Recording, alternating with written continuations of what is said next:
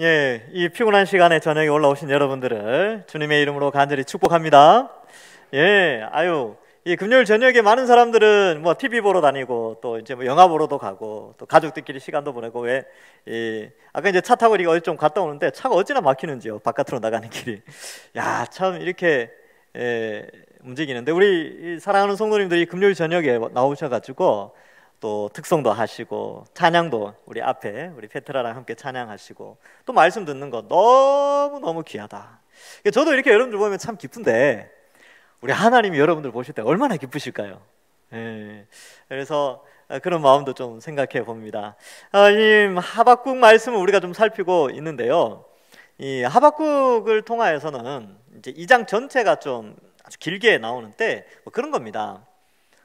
바벨론이 멸망을 하듯이 우리가 눈에 보이는 이 거대한 이 세상은 언젠가는 하나님의 심판을 받게 된다. 그러면 그리스도인들은 어떻게 살아가야 될 것인가에 대한 하나님의 인도하심, 뭐 지키심, 뭐 그렇게 볼 수 있습니다. 그래서 내용은 그런 거였죠. 하박국이 언제적 사람이냐 하면 BC 한 605년부터 BC 598년 정도 사이에 활동을 했는데 요시야 왕, 남쪽 유다의 선한 왕이 죽고 나서 악한 왕 여호야김이 등극하면서 유다가 완전히 타락을 해버렸습니다. 그래서 뭐 온갖 우상들을 섬기고 그렇게 살았는데 그런 불의를 보면서 하나님께 이야기를 하니까 하나님이 남쪽 유다 심판할 거야, 바벨론을 통하여서 멸망시킬 거야 라고 이제 말씀하시니까 또 하박국은 그러죠. 아니 그러면 더 악한 세력을 통하여 좀 덜 악한 유다를 공격하는 게 이게 옳습니까? 이렇게 이제 질문하니까 더 악한 그 바벨론 멸망당하지. 그 내용이 2장에 나오고, 그런데 의인은 말이야, 하나님의 택한 백성은 바벨론이 등극하든 유다가 악을 행하든 뭐 그죠? 페르시아가 등장하든 헬라가 등장하든 로마가 등장하든 뭐 어떤 나라들이 등장하든 어떤 시대에 어떤 신분 제도 아래 어떤 세기에 어떤 발전 수준에 살아가든 하나님의 백성은, 의인은 믿음으로 사는 거야 라는 것이 이제 핵심 주제이지요. 그래서 이 심판에 대한 내용을 계속하면 사실 우리가 은혜 받는다 이런 건 좀 별로 없어요. 막 감동받고 이런 게 별로 없습니다. 단지 이제 우리가 생각해야 될 것은 우리가 눈으로 보는 이 세상이 영원하지 않구나. 이걸 좀 우리가 좀 기억할 필요가 있습니다. 그러니까 눈에 보이는 이런 화려한 것들 있잖아요. 매력적인 것들, 이 세상의 매력적인 환경들 영원하지 않아요. 영원하지 않습니다. 그런 교훈들을 이 하박국을 통하여서 좀 보여주고 있지요. 그렇다고 뭐 염세주의로 가서 세상을 부정하는 그런 것이 아니고, 세상이 영원하진 않지만 이 세상 속에서 또 그리스도인으로서의 역할을 우리가 또 감당해야 되는 것도 하박국에서 그 내용들이 나오게 됩니다. 자, 그래서 오늘 12절부터 14절을 읽었는데 이 내용 역시 바벨론은 멸망한다, 그러나 하나님이 온 세상을 통치하신다, 뭐 그런 내용으로 되어져 있습니다. 제가 이제 좀 이렇게 깊이 있게, 짧은 절이지만 좀 깊이 있게 한번 생각해 보자라는 의미에서 하박국을 좀 깊이 있게 다룹니다. 어떤 분들은 지난주 했던 내용을 또 하시네 이렇게 생각할 수 있는데, 지난주 했던 내용처럼 보이지만 구절이 다릅니다. 글씨도 달라요. 그러니까 자세히 한번 보고 어떤 내용으로 오늘 또 알려주시는지 함께 살펴보겠습니다. 자, 12절부터 14절은 바벨론의 멸망을 이야기하는데, 앞서도 계속 말씀드렸다시피 이 세상은 바벨론과 같다. 그래서 바벨론을 다룬다는 것은 인간이 이룩해 놓은 이 인류를 다루는, 인류의 어떤 그런 속성을 이 바벨론이 가지고 있기 때문에 그것과 연결해서 살펴볼 필요가 있습니다. 그래서 12절에 보면 피로 성읍을 건설하며 불의로 성을 건축하는 자에게 화 있을진저, 이렇게 기록하고 있지요. 여러분, 이 성읍이나 그죠? 성을 건축할 때는 뭘로 건축하느냐 하면 벽돌이나 흙으로 건축을 하죠. 건축 재료로 건축을 해야 됩니다. 그런데 바벨론은 피로 건설을 해요. 불의로 성을 만듭니다. 이게 무슨 말이냐면 남이 다 지어놓은 거 죽여서 빼앗는다는 거예요. 불의로, 그러니까 공정하게 빼앗는 것이 아니라 폭력을 행해서 성을 빼앗게 되는 것이죠. 그것도 성을 짓는 건 짓는 거죠. 근데 어떻게 해요? 사람 죽여서. 그러니까 이 바벨론의 이 악함을 이 12절에서 나타내고 있습니다. 그래서 바벨론은 벽돌과 진흙으로 도시를 건설한 것이 아니라 그들의 탐심과 정욕과 악함으로 성을 건축하였다. 자기 소유가 아닌 것을 모았죠. 그래서 부당한 이득을 취하고 또 이러한 피와 불의로 성을 건축하는 이런 자들이 바로 화가 임할 것이다. 이것을 말씀해 주고 있습니다. 그래서 이 내용은 앞에서도 나왔죠. 9절에서도 뭐 쭉 설명, 부당한 이익을 취하는 자가 화 있을진저 이렇게 되어 있고, 12절에서도 화 있을진저, 15절에 이제 다다음 주에 살펴볼 텐데 그때도 화 있을진저라고 이렇게 표현하고 있습니다. 그래서 화가 그들에게 임하죠. 19절에도 가도 또 우상 숭배하는 자들에게 화가 임할 것이다. 그러면 여기서 우리가 좀 생각해 볼 게 있어요. 여러분, 이 세상에 살아가는 사람들 있잖아요. 그러니까 이러한 원리로 남을, 자신의 정욕을 채우기 위하여 정상적인 방법이 아니라 폭력적인 방법이나 남을 사기를 해서 아니면 그러한 남에게 피해를 주면서 부당한 이익을 차지하고 자신의 안전을 확보하는 이러한 자들에 대한 심판이 반드시 있다는 거예요. 그러니까 하나님 이걸 외면하지 않습니다. 그래서 이 성읍을 건축한다는 것은 결국 자기 안전을 확보하는 건데, 이 안전을 확보하는 것이 불의로 되어질 때는 심판을 받게 됩니다. 여러분, 성읍을 건축하는 거 당연히 필요하지요. 짐승들의 공격이 있으니까 집을 지어야 될 거 아닙니까? 외적의 침입이 있으면 당연히 성을 건축하고 성읍을 건축해야죠. 그것은 이게 죄가 아니에요. 그래서 사람이 누구나 자신의 안전을 확보하기 위해서 열심히 일하고 또 먹고 살고 교육하고 의식주 문제를 해결하기 위해서 열심히 일하는 건 그건 죄가 아닙니다. 그런데 피나 불의, 부당하게 이렇게 뭔가를 취할 때는 그에게 화가 임하게 된다. 이것을 말씀하죠. 바벨론의 원리는 그랬다는 거예요. 정상적인 방법이 아닌 폭력적인 방법, 강포한 방법, 또 자신의 정욕을 채우기 위하여 다른 사람의 피해를 보든지 말든지 상관없이 자기의 안전 확보를 위하여 정욕을 채우기 위하여 남에게 피해를 끼치는 그러한 바벨론. 근데 이 바벨론이 이 시대와 상당히 또 유사한 면이 없지 않아 있다는 것입니다. 그래서 그러한 자들을 하나님 그냥 내버려 두실 것 같잖아요. 잘 되는 것 같죠. 그러나 하나님이 다 멸망시키십니다. 사실 바벨론이 망하죠. BC 539년에 망하는데 이 하박국의 예언이 있고 나서 한 70년 지나서 80년 지나서 거의 한 70년 가까이 되죠. 70년쯤 지나서 순식간에 망해버립니다. 바벨론의 멸망 이야기는 굉장히 재밌어요. 나중에 다니엘서 5장 할 때 설명해 드리겠습니다. 미리 말하고 싶은, 너무 재밌으니까 미리 말하고 싶지만 다음에 하겠습니다. 어쨌든 이렇게 이 바벨론이 망하게 되는 것이죠. 그러니까 우리가 보이는 이 세상도요, 이 세상의 원리는 아주 옛날부터 있어 왔어요. 약육강식이라고 하죠. 약한 자가 먹혀지고 강한 자가 먹는 그러한 원리가 이 바벨론의 원리예요. 그런데 이러한 원리가 다 심판을 받는 날이 온다는 것이죠. 자, 그래서 이러한 표현들이 있고, 그러면 여러분, 우리도 역시 이 땅을 살아가면서 우리에게도 안전이 필요하잖아요. 그렇죠? 안전해야죠. 바벨론은 자신의 안전을 위해서 남을 공격해서 성읍을 쌓아갔는데, 그럼 정상적인 우리는 어떻게 우리의 안전을 확보하느냐? 여러분, 우리의 안전은 이 세상의 권력이나 힘이나 돈에 있지 않습니다. 그런 것들은 그냥 사용할 뿐이죠. 선하게. 우리의 인생을 정말로 책임져주고 영원한 안전을 확보해 주시는 분은 하나님밖에 없습니다. 그래서 시편 18편 2절의 말씀을 우리는 기억해야 되고, 이런 것들을 많이 이제 노래로 많이 부르죠. 우리 같이 한번 자막이 나오니까 한번 읽어보겠습니다. 시작. 여호와는 나의 반석이시요 나의 요새이시요 나를 건지시는 이시요 나의 하나님이시요 내가 그 안에 피할 나의 바위시요 나의 방패시요 나의 구원의 뿌리시요 나의 산성이시로다. 아멘. 산성, 요새요, 요새. 그러니까 하나님만이 우리의 참된 보호자가 되십니다. 여러분, 의인은 믿음으로 말미암아 사는데 그 믿음의 내용에 이 내용이 있어요. 하나님이 나의 산성이시다. 많은 사람들은 재물을 많이 가지고 좋은 집과 뭐 어떤 그런 좋은 이 권력이 있는 어떤 누군가를 알게 되면 나의 안전이 확보된다고 생각하는데 그렇지 않아요. 하나님이 우리의 안전을 지켜주십니다. 이거 하나를 기억하셔야 돼요.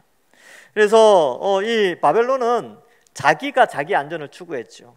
과거 가인이 또 나가서 성을 쌓고 했던 것처럼 그 자기가 스스로 자기 안전을 확보하려면 그 한계가 있어요. 그러나 하나님이 우리의 안전을 확보해 주신다. 우리의 생존을 하나님이 책임져 주신다 라는 믿음이 우리에게 있어야 됩니다. 그러면 나의 생존뿐만 아니라 우리 가족의 생존, 우리 자녀들의 생존, 그건 누가 책임집니까? 여러분들이 책임지십니까? 책임질 수 있습니까? 못 지죠? 예, 우리의 생명은 길지 않습니다. 우리 자녀들보다 이렇게 길지 않아요. 그러니까 자녀들의 앞길을 우리가 책임져 줄 수가 없습니다. 그럼 자녀들의 앞길, 손주들의 앞길 누가 책임지십니까? 영원히 존재하시고 온 천하를 창조하시고 만드시고 지금껏 살아 계셔서 만물을 통치하시는 하나님, 그 하나님 의지하면 하나님이 책임져 주십니다. 그래서 자녀들 막 걱정하시는 분들이 있는데 자녀들이 하나님을 잘 믿도록 이끌어 주시면 하나님이 그들의 앞길 책임져 주십니다. 그러니까 스트레스를 너무 많이 받지 마세요. 내가 잘못 키우면 어떡하나, 내가 뭐 책임 못 져주면 어떡하나. 몰라요. 하나님 다 알아서 책임져 주시죠. 저도 마찬가지고 저희 집사람도 그런 이야기 했습니다. 뭐 미래를 미래 생각하면 스트레스밖에 안 받는다. 하나님께 맡기자. 하나님이 책임져 주신다. 내가 노력해도 안 되는 게 너무 많다. 하나님 책임져 주신다. 여러분도 똑같습니다. 여러분들 자녀들, 가족들, 손주들, 여러분들이 노력한다고 그들의 안전이 확보되는 게 아닙니다. 물론 우리를 통해서 안전을 확보시켜 주는 건 있겠죠, 하나님께서. 그러나 근본적으로 모든 것은 하나님 손에 달려 있습니다. 바로 우리가 이 신앙을 회복해야 되는 것이죠. 내가 자꾸 뭔가를 하려고 하면 부담만 돼요. 마음의 평안만 없어집니다. 염려만 쌓이죠. 염려를 하나님께 맡기고 그렇게 하나님 우리의 모든 걸 책임져 주신다, 이 믿음 가지고 살아갑시다. 그래서 이제 경기가 더 어려워진다고 그러죠. 뉴스 같은 거 보면 어떡하냐 그런데 그냥 하나님 의지하고 살면 됩니다. 어떡해요. 옛날에 우리 믿음의 선배들 다 그렇게 살았어요. 전쟁 때도 하나님 의지하면서 살았고요. 경기가 너무 대공황 시대, 20세기 초반의 대공황 시대에도 그냥 하나님 의지하고 살았습니다. IMF 때 어떻게 사셨어요? 하나님 의지하고 살았죠. 지금도 하나님 의지하고 사는 겁니다. 그렇게 그리스도인들은 어떠한 환경에 있든지, 어떠한 나라든지, 어떠한 정권이 들어서든지, 어떤 경제 상황이 벌어지든지, 어떤 문화가 타락해서 이게 우리를 공격해 오든지, 우리는 그냥 하나님 의지하고 살면 되는 겁니다. 그러기 위해서 어떻게 삽니까? 기도하고, 이렇게 이제 기도 열심히 하시고, 예배 잘 드리고, 그렇게 하는 것이죠. 자, 그래서 이 생존과 안전은 상당히 중요한 부분입니다. 근데 그것을 추구하기 위한 방식을 어떻게 하느냐? 하나님을 의지할 것이냐, 세상을 의지할 것이냐, 이 부분을 우리가 좀 생각해 봐야 됩니다. 그래서 바른 방법으로 이제 하는 것이죠. 13절과 14절을 보면 민족들이 불탈 것으로 수고하는 것과 나라들이 헛된 일로 피곤하게 되는 것이 만군의 여호와께로 말미암음이 아니냐, 이렇게 되는데, 이게 무슨 말이냐면 불탈 것, 헛되게 되는 것, 없어지는 것이죠. 이런 것들로 세상은 수고하고 피곤하다, 이렇게 표현합니다. 그러니까 수많은 사람들이 헛된 것, 영원하지 않은 짧은 인생의 순간이 전부인 줄 알고 여기에 모든 것을 투자하는데, 사실 이 모든 것들은 없어질 것이다, 이것을 표현합니다. 여러분, 아무리 이 세상이 화려해 보여도요, 언젠가는 다 사라지게 됩니다. 이건 약간 논쟁이 좀 있어요. 어떤 논쟁이 있냐면, 예수님이 재림을 하시면 이 시대에 상당히 많은 인류가 이룩해 놓은 문화들이 예수님 재림 후에도 유지되는 부분이 대부분 많이 유지될 것이다, 이렇게 주장하는 사람들이 있고, 아니다, 상당히 많은 문화들은 거의 다 없어지고 새하늘과 새 땅처럼 완전히 갱신된 사회에서 이렇게 살게 될 것이다, 이렇게 이제 주장하는 분들이 있어요. 저는 두 개 다 괜찮은 것 같아요. 인간이 이룩해 놓은 문화가 유지돼도 감사하죠. 근데 그게 이제 선하게 사용되어지니까 그때는 죄가 없고 사탄도 없고 죽음과 아픔과 고통이 없는 세상이니까 이러한 문화들이 활용되어진다면 그것도 괜찮죠. 그러나 이런 거 없어져도 상관없습니다. 없어져도 상관이 없어요. 그래서 우리 눈에 보이는 이런 화려한 것들이 사라진다고 해도 전혀 아쉬울 게 없는 이유가, 하나님이 만드실 새 하늘과 새 땅은 더 아름다울 것이기 때문에, 에덴 동산처럼 화려하게 새 에덴으로 만들어 주신다고 약속하셨기 때문에 없어져도 상관이 없어요. 그래서 불타 없어지는 연료로 이 세상의 화려한 것들이 존재하는 것이다 라고 많은 사람들이 주장을 합니다. 뭐 어쨌든 저는 상관이 없습니다. 우리도 상관이 없죠. 불타 없어지든지 그대로 있든지 중요한 것은 하나님이 영원한 우리의 안전을 확보해 주시고 영원한 행복을 준비해 주신다. 이것이 중요하고, 이 세상에 아름다워 보이는 문화나 타락한 문화들 있죠. 그 다음에 그러한 것들은 다 없어져요. 다 없어집니다. 그리고 뭐 지구 환경을 뭐 이렇게 이제 어렵게 한다든지 뭘 이렇게 사람을 괴롭히는 그런 문화들은 다 사라지죠. 그래서 우리 믿음의 선배들은 주로 다 없어진다는 쪽으로 많이 생각을 했어요. 왜냐하면 이 세상의 것들이 너무 이렇게 악한 것들이 많고 죄악된 것들이 많고 탐심을 자극하고 하니까 다 없어진다라는 것으로 많이 해석을 했고, 저도 상당 부분 동의를 합니다. 그래서 이 베드로후서 3장 10절부터 13절에는 이 세상의 화려한 것들, 바벨론의 화려한 것들, 엄청난 인간의 문명, 바벨탑과 같은 뭐 그런 화려한 건축물들, 이런 것들에 대해서 우리가 너무 거기에 집착하지 말라고 베드로 사도가 이런 말씀을 남깁니다.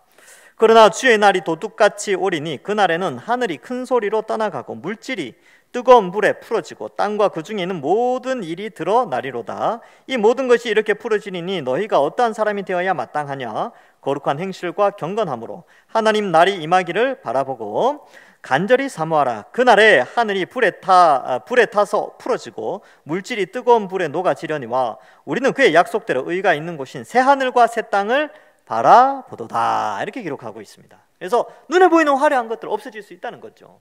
하나님께서 완전히 새 하늘과 새 땅으로 확 뒤집어 엎는다 할지라도 우리는 또한 그 나라를 소망하는 것이고, 중요한 것은 인생을 살아가면서 어떻게 살라고 이야기를 했냐면 거룩한 행실과 경건함으로 살아가라 라고 베드로 사도가 말을 했습니다. 그래서 여러분, 이 세상은 영원하지 않아요. 또 우리도 영원히 이러한 육체로 이 세상의 문화 속에서 영원히 살지 않습니다. 짧은 100년밖에 살지 않아요. 근데 영원한 세계를 좀 바라볼 줄 아는 눈이 필요하고, 또 이 눈에 보이는 화려한 타락한 문화들, 이런 것들은 다 멸망당하게 된다는 사실을 우리가 기억해야 되는 것이죠. 역시 새하늘과 새 땅에 대해서는 요한계시록 21장 1절에도 또 내가 새 하늘과 새 땅을 보니 처음 하늘과 처음 땅이 없어졌고 바다도 다시 있지 않더라. 이렇게 기록하고 있습니다. 이 새라는 단어가 이렇게 네오가 아니고 카이노스라고 표현을 했어요. 이게 기억나실 분은 나시고 안 나시는 분은 없는데, 네오라는 게 뭐냐면 무에서 유를 창조할 때는 네오라는 단어를 씁니다. 우리 동산교회 홈페이지 주소 보면 neodongsan.org인가요? 뭐 그렇게 돼 있어요. 그러니까 네오가 무에서 유를 창조한다, 이런 의미에서 네오인데, 보통 갱신되어진다, 원래 있던 것을 완전히 새롭게 바꾼다라고 할 때는 카이노스라는 단어를 씁니다. 그래서 원래 있어요. 원래 물질이 존재하는데 그 물질을 새롭게 갱신시킨다, 리뉴한다라는 개념일 때는 카이노스 단어를 쓰는데, 새하늘과 새 땅 할 때는 이 새자가 카이노스를 써요. 지구를 새롭게 한다. 이 세상의 하늘과 땅을 원래 있는데 그걸 새롭게 만드는 것이죠. 기대됩니다. 기대가 돼요. 그래서 과거 에덴 동산 때 그 기후를 회복하는 것이죠. 지금 뭐 지구 가열화로 인하여서 몸살을 앓잖아요. 근데 옛날에 노아 홍수 전에 이 지구 환경은 굉장히 좋았죠. 그래서 뭐 이제 궁창에 물이 있어서 뭐 이렇게 태양 자외선을 차단했기 때문에 900살까지 살 수 있었는데, 궁창의 물이 땅에 떨어지면서 자외선이 들어와서 수명이 확 줄어듭니다. 그래서 노아 후손들은 얼마 못 살아요. 노아 전까지는 오래 살았는데. 그래서 뭐 그런 그 시대의 그런 지구를 다시 회복하실 수 있는 것이죠. 하나님은 말씀으로. 기대됩니다. 저는 하여튼 뭐 주님 빨리 오셨으면 좋겠어요. 이 세상이 어떻게 변화될지 기대가 되는 것이죠. 그러나 주님 오실 때까지 우리는 어떻게 살아야 될까요? 이 세상을 바라보면서 이 세상에 매료되어서 살아가는 것이 아니라, 이 세상은 언젠가 멸망당한다라는 생각 가운데 이 세상 속에서 어떻게 해요? 하나님께 영광 돌리면서 살아가야 돼요. 이러한 의미가 있는 것이죠. 자, 그래서 이 바벨론과 같은 이 세상을 바라보면서 이 세상은 언젠가는 멸망당한다라는 사실로 우리가 기억하고, 지금 바벨론이라는 나라는 없어졌어요. 그렇죠? 없어졌지만 여전히 우리가 눈에 보이는 이 거대한 세력, 강한 어떤 힘, 폭력적인 나라, 정치, 제도, 이런 것들은 바벨론의 역할을 여전히 감당하고 있다는 것이죠. 베드로 사도도요, 바벨론이 없어졌음에도 불구하고 그 당시에 온 세계를 움직이는 악한 세력에 대한, 바벨론에 대한 묘사를 하고 있습니다. 어떻게 하느냐면 베드로전서 5장 13절에 택하심을 함께 받은 바벨론에 있는 교회가 너희에게 문안하고, 이렇게 표현하고 있죠. 이 당시에 바벨론은 없어요. 근데 바벨론이라는 표현을 쓴 이유는 세속 사회 속에 강력한 압박 속에 있는 교회. 이 당시에는 이제 로마가 되겠죠. 지금은 로마가 또 없잖아요. 조그만 도시로 있지만 나라는 없잖아요. 그러니까 이 시대에, 이 타락한 시대, 강력한 어떤 그리스도인들을 핍박하는 시대에 교회에게 편지를 쓴다, 이렇게 이해할 수가 있죠. 계시록 14장 8절에 그러나 이 바벨론은 무너진다라는 것을 또 기록합니다. 또 다른 천사 곧 둘째가 그 뒤를 따라 말하되 무너졌도다 무너졌도다 큰 성 바벨론이여 모든 나라에게 그의 음행으로 말미암아 진노의 포도주를 먹이던 자로다 하더라. 그래서 이 바벨론이라는 이 거대한 어떤 세력이 전 세계 나라의 타락을 가지고 온 어떤 세력, 저는 이걸 문화 이런 것들로 봅니다.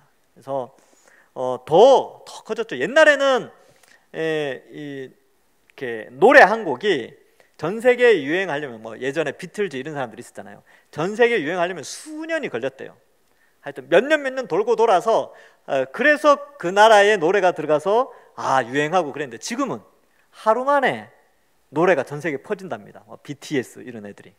저는 잘 모르지만 세상이 그렇게 바뀌었어요. 그만큼 이 시대의 문화가 급속도로 이제 빨리 전 세계에 전파되는데, 악한 영향력도 너무나 급속도로 전파됩니다. 근데 또 아이러니하게 역설적으로 하나님이 또 역사하셔서 좋은 또 이런 복음 전파나 또 신앙의 좋은 것들도 급속하게 이제 퍼져나가는 것이죠. 그래서 주님 오실 날이 멀지 않았겠구나, 이렇게 판단을 하고 우리는 계속해서 거룩한 자들로 세워져야 합니다. 그렇다면 여러분, 이 타락한 세상 속에서 우리가 어떻게 살아가야 될까? 결국 우리는 직장에서나 학교에서나 가정에서나 주의 영광을 위해서 살면 됩니다.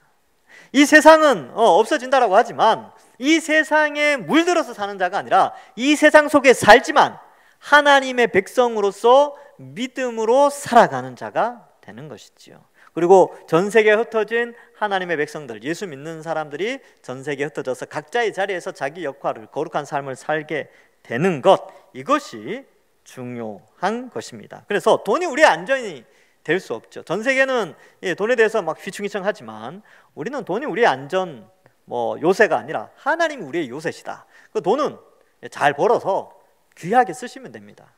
하나님 영광을 위해서 쓰시면 돼요. 여러분들 먹고 싶은 거 드시고 이렇게 쓰시고 하나님께 영광 돌리는 수단으로 쓰이는 것이지, 그것이 우리의 안전을 확보해 주는 것은 아니다. 또한 돈을 벌든 뭘 하든 모든 과정에서는 정당하게 바르게 우리가 이제 그런 과정을 거쳐야 되죠. 공부하는 것도 그렇고 직장 생활도 그렇고 동일하게 정당하게 바르게 살아가는 것입니다. 자, 그래서 우리는 하나님 백성으로 살아가는 것이죠. 자, 14절에 보면 이는 물이 바다를 덮은 같이 여호와의 영광을 인정하는 것이 세상에 가득함이라. 이게 무슨 말이냐면 이제 지금으로부터 한 2600년 전이죠. 이 유다 사람들이나 바벨론 사람들이나 이 당시의 사람들 머릿속에 하나님에 대한 이해 방식이 상당히 좀 제한되어 있었어요. 어떤 방식으로 하나님을 이해했냐면 지역의 신 정도로 이해를 하고 있었습니다. 그러니까 하나님은 유다의 하나님이니까 유다의 어떤 영향력을 유다라는 지역의 영향력을 발휘하지, 이 넓은 온 땅을 다 이렇게 완전히 다스린다는 그런 개념이 좀 약해졌어요. 왜냐하면 하나님이 이 유다를 다스린다면 왜 유다가 아람한테도 지고 아수르한테도 지고 그죠? 그렇게 되는 거예요. 그러니까 이 지역신 개념이 좀 강했고, 특히 다른 나라들도, 그러니까 불신 나라들이죠. 불신 나라들도 역시 남쪽 유다의 하나님은 유다의 신, 그 정도 개념이 있었는데, 하나님은 성경을 통하여 끊임없이 우리에게 하나님은 만군의 주, 만유의 주, 천지를 창조하신 하나님임을 우리에게 끊임없이 가르쳐주고 있습니다. 그때는 그랬겠죠. 그래, 이해의 폭이 넓지 않았겠지만, 지금 이제 21세기를 살아가는 우리 입장에서 보면 어떻습니까? 하나님이 전 세계를 통치하고 계시죠. 지난 기독교 역사만 봐도 그렇잖아요. 그렇죠? 2000년 전에 예수님이 이 땅에 오셔서 우리의 죄의 형벌을 대신하여 죽으시고, 그 십자가 복음이 전 세계에 퍼져 나가서 지금 우리 한국 땅에도 우리가 예수님 믿고 살고 있지 않습니까? 하나님의 전적인 은혜 아니면, 하나님의 통치가 아니면 이런 일이 있을 수가 없고요. 이렇게 될 거라고 예언을 했습니다. 여기 보십시오. 14절에 물이 바다를 덮은 같이 여호와의 영광을 인정하는 것이 세상에 가득합니다. 여러분, 지금 우리가 여호와의 영광을 인정하기에 여기에 앉아 있는 거 아닙니까? 어떻게 해요? 예수 그리스도의 십자가 복음을 깨닫고, 우와, 예수님이 나의 죄를, 내가 원래 하나님을 거절해서 지옥에 가야 되는데 그 지옥 가는 형벌, 나의 육체의 죽음의 형벌을 예수님이 다 대신 받으셨구나. 그리고 그 사실을 알고 하나님께 영광을 돌리지 않습니까? 어디에서요? 대한민국 땅에서. 어느 민족이? 대한민국 민족이 그렇게 이제 예배를 드리죠. 그러니까 이 예언, 이 하박국 2장 14절의 예언이 성취되었어요. 뿐만 아니라 옛날에는 문맹률이 높았습니다. 글씨를 아는 사람이 별로 없었어요. 근데 지금 어떻습니까? 글씨를 엄청나게 많이 안다니까요. 옛날과 비교할 수 없어요. 그래서 여호와를 아는 지식도 늘어나게 됐죠. 그래서 이것과 병행 본문이 하나가 있는데, 하박국이 등장하기 100여 년 전에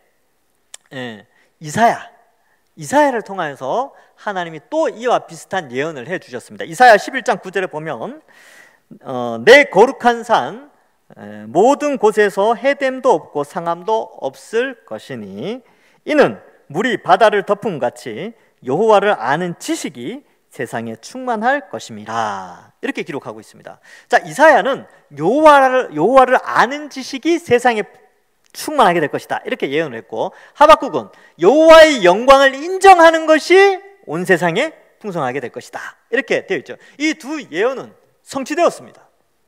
이제 성취됐죠. 우리 여러분들 지금 앞에 뭐가 있어요? 성경책이 있잖아요.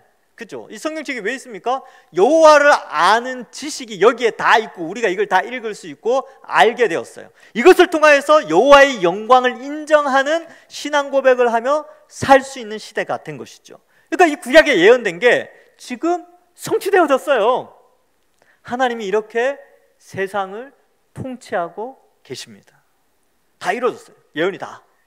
그래서 이 영광 가운데 우리가 살고 있다는 것이죠. 그래서 결론적으로 하박국은 하나님의 공의가 어디에 있는지 물었죠. 하나님, 유다 그대로 내버려 두실 겁니까?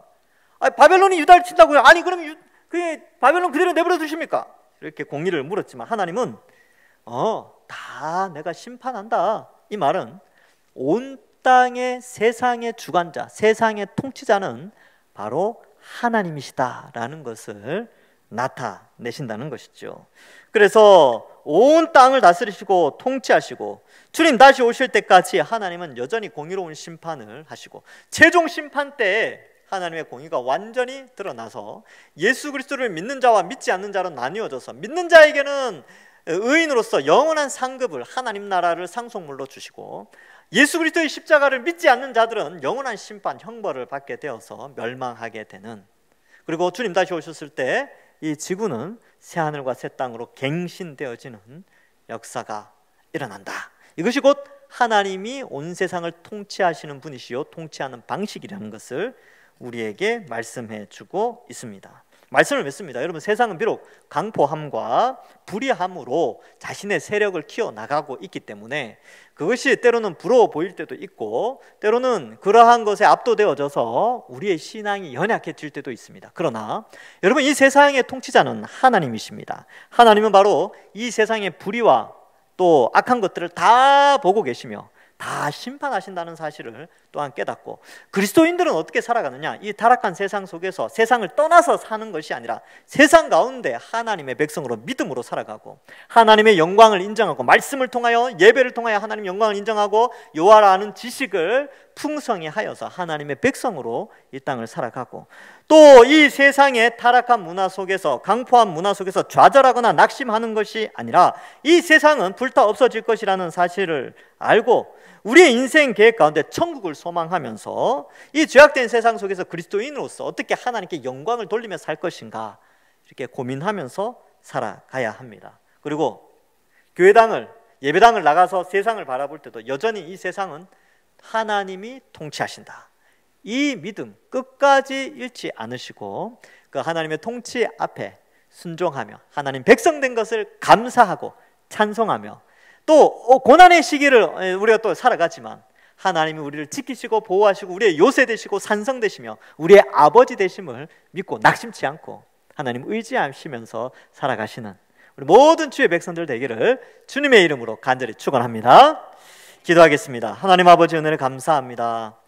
참 불의한 세상 가운데 우리가 살아가는데, 세상은 불의한 방법으로 자신의 안전을 확보하고 자신의 재산을 불려나가며 또한 그런 악한 문화들을 옳다 여기며 살아가지만, 우리는 하나님 이 세상 속에서 정당하게 살게 하시고 바르게 살게 하시며, 또 우리의 삶의 목적은 우리의 안전이 하나님께 있다는 사실을 알고 우리의 안전을 확보해 주시는 하나님께 영광 돌리며 살아가는 저희들 되게 하여 주시옵소서.